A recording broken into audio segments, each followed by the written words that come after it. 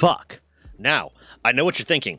Zach, you just said the F word. You said the F word within the first 7 seconds of the video. YouTube's going to come. They're going to kill you. They hate that. They don't want you saying those mean words. It upsets the advertisers, but not anymore. So they just put out, I think that might be the most dramatic opening I ever did. They just put out, when was this? This was yesterday. They put out an update on Creator Insider that clarified that from now on, YouTube videos should no longer be demonetized or have their monetization limited with the little yellow check mark or the yellow dollar sign on videos that say hard profanity within the first 7 seconds of the video. Hard profanity is words like fuck. This is a move in the right direction, and this all comes down to the way that they are now able to tailor ads to videos. So if you're not aware, if you don't realize it, the main reason that pretty much any website, any streaming site, any social media site, anything that, you know, has advertiser-based income limits what you can say, what you can do, what you can show on the website is 99% of the time related to advertisers and what the advertisers are okay having their ads appear next to. These websites get all their money from ads. These websites rely on the ads, or for the most part, most of their money from ads. There's memberships and stuff like that. These websites rely on the ads in order to stay alive, provide an income, make their investors happy, make the board happy, et cetera, et cetera. So if advertisers say, I don't want this, they don't allow it. But because of from what it's seeming like, according to this Creator Inside video, which I'll link in the description, YouTube has effectively created automated systems that are better at pairing ads with videos.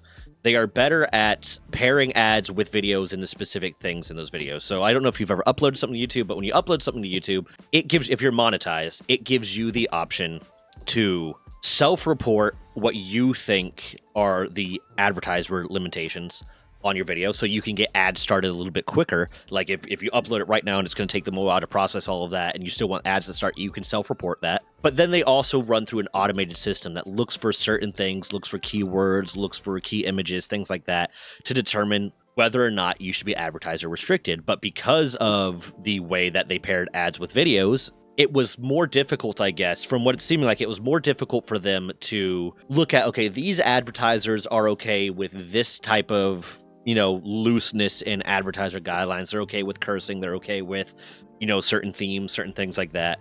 And these advertisers aren't. It was harder for them to do that. So they just had a across the board, these are the advertiser friendly guidelines.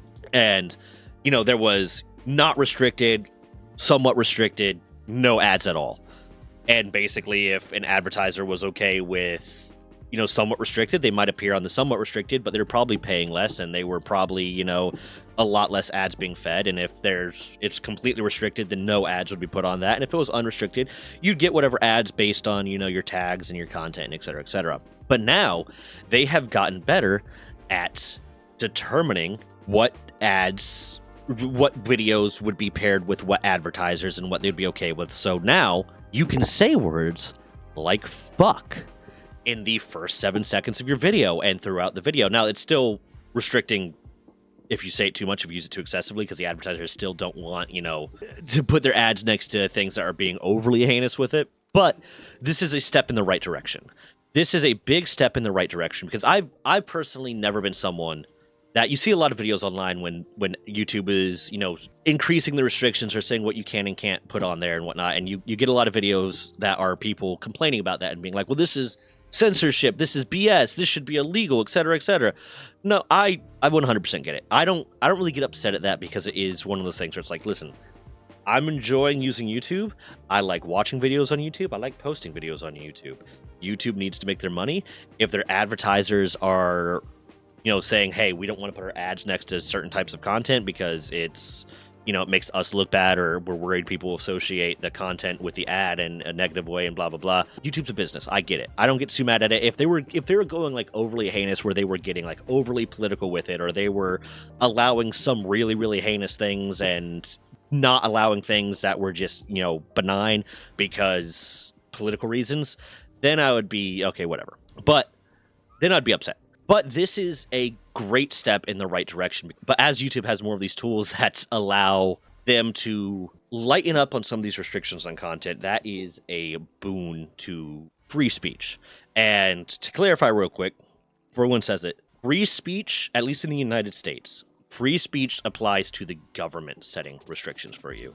The government telling you what you can and can't say and punishing you for saying the wrong things. It does not. Companies and private companies have no obligation to allow you to say whatever you want on their platform. So I also don't hold that against them. And there's no legal mandate that YouTube has to allow this sort of content. But it is still a boon to free speech, because that is one recognition that YouTube is saying, we don't want to restrict you.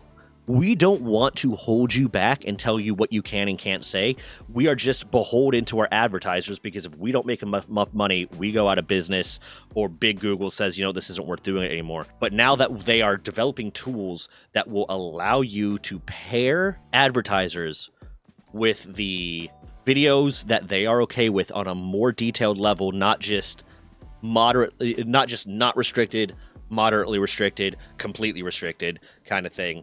More content can appear out there. People can talk more directly, talk with less of a filter on, talk more genuinely to their audience without having to worry about their monetization being restricted, without having to worry about them receiving a smaller paycheck, at the end of the month kind of thing. And I think that's a great step in the right direction and a complete win for YouTube. I think that is, I'm not going to go so far as to say an integrity move, but it's kind of an integrity move, which is a word that I use a lot. It's kind of an integrity move because it is YouTube deciding to go the slightly harder route to allow for facilitating free speech more, allow for more genuine interactions with the audience, and saying, listen, we don't care about these words. It's not us. It's not us that is throwing a hissy fit about this. And I think that can only be a good thing. So that makes me really, really happy that they are doing this and allowing that. I look forward to seeing how it's going to expand in the future.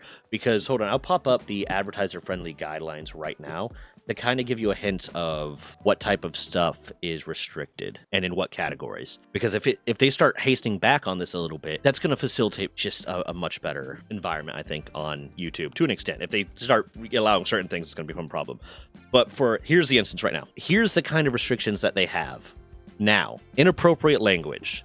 This content can earn ad revenue.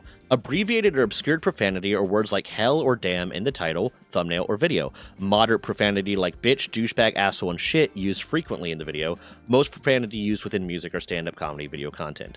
Definitions: obscured profanity refers to things like bleeping or muting words, as well as covering written words with black bars, symbols, or text added in post-production. Abbreviated profanity refers to acronyms like WTF, and they have F asterisk CK here, which is weird because they're okay with it now, where the original term is abbreviated by using its acronym. And then this content may earn limited or no ad revenue. Moderate profanity like shit in the title or thumbnail. But what this used to add, what it doesn't have, is it used to have harder profanity within the first 7 seconds of the video. It does not have that anymore. So they're starting to allow that a little bit more.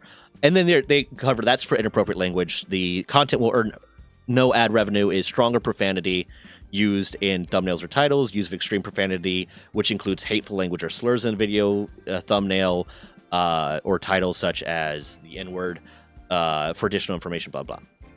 That is still stuff that's going to be earning no ad revenue, and I think I don't think any advertiser is going to end up being really okay with that, or any advertiser that YouTube wants to partner with is going to ever end up being okay with, slurs being used next to their ads. And then it has other categories like violence, adult content, shocking content, harmful acts, unreliable content, hateful interrogatory content, recreational drug or drug-related content, firearms-related content, controversial issues. I'm not going to go over there in huge detail right now, but what this is showing is as they advance their technology, as they advance their ability to determine what is actually there, more stuff is going to start being allowed on YouTube, and creators will be less concerned about the way monetization is going to affect the algorithm. Monetization is going to affect what they can and can't talk to. And I think that is overall a good thing, especially in light of the fact that right now the UK has their law in effect that's trying to limit free speech and limit what people can and can't see, and especially people under the age of 18 can and can't see, to a way that I don't think is their position to do it, and it should be up to their parents to decide. And apparently, I haven't read the one from the US yet, which is wild considering I live there. I haven't read from the one from the US yet, but apparently they're enacting something too. So in light of that, I find it very funny and very positive that in light of the UK and apparently the US trying to restrict what people can see, YouTube is like, no. We're gonna be more open, more lax on this. Screw you guys. I think that's a good thing. But anyways, gonna end off there. Please leave a like and subscribe and turn on notifications if you like this content. If you want to see more content I do, I have a wide variety of content out there right now.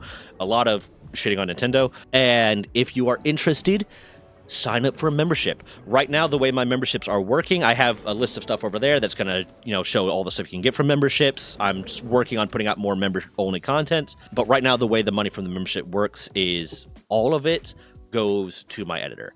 All of the money from memberships is going to go directly to my editor until it gets to a point where between ad rev split and membership money, I can hire him on full time, which will be great because that means I'll be able to put out more timely content, a lot more content. Might get to the point where we're doing a video every day, or at the very least, we're going to be on topic. Like, I record the video and then we can have it edited right away for something that just happened, so I can put it out immediately, and we'll be able to spread my reach a little bit more and broaden into some other projects that I've been wanting to work on for a while now, and just put out more and more content and hopefully better content. But in the meantime, I don't know, I need to have a sign off thing.